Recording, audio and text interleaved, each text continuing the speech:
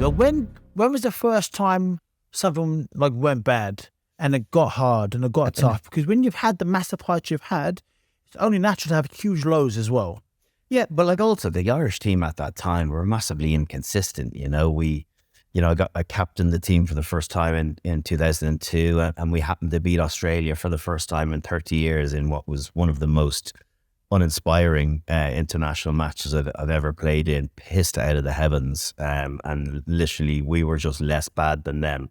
And then we actually played pretty well the following year in the Six Nations and had a Grand Slam game against England in Lansdowne Road, and that was a big moment. I don't know if you would have read this stuff where Martin Johnson took no backward step, and there was a red carpet out, and they were aligned on our side, and so I kind of, for the first time, I had to make a snapshot decision as a captain as to what we were going to do, because some of my teammates were like, they're standing on our side, they're disrespecting us. I was like, I didn't even know we had a side.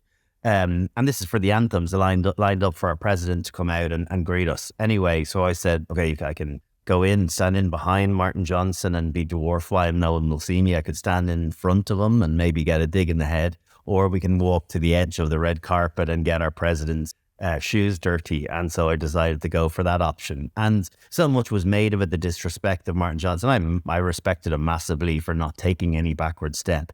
They just come off the back of 3 Six Nations, losing the final game and losing the Grand Slam in 3 consecutive years. So they had nowhere to go if they lost this game. Anyway, they went out and beat us out the gate that day. And so, I know we're talking about adversity, was trying to make decisions on the hoof when you're a young captain and you don't really know the right thing to do, and you're trying to go with your gut and trying to understand, and discover, even who you are and what sort of leader you are, and you're trying to take different traits from different leaders that you've appreciated over the course of your early years, even going back to school captains.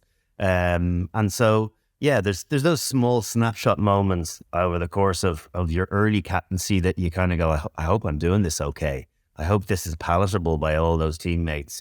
But for me, at the core of everything, the thing about my leadership was that I always knew whatever I lacked at being a good orator, I always tried to make up for it and try to be the best player at training every single day. Try to be the best player. Try to impress and gain respect that way, and then be the best player on a Saturday as well. And that was the foundation of what I built my leadership on, was try to be the best performer and just leading by example. And that meant, getting stuck in as much as enjoying the kind of fast, hard ground ball playing stuff. But I really enjoyed the kind of more physical defensive side of the game, because maybe there wasn't an expectation of a smaller guy to go and do that. But I found that a real challenge that I look forward to try to get one over on.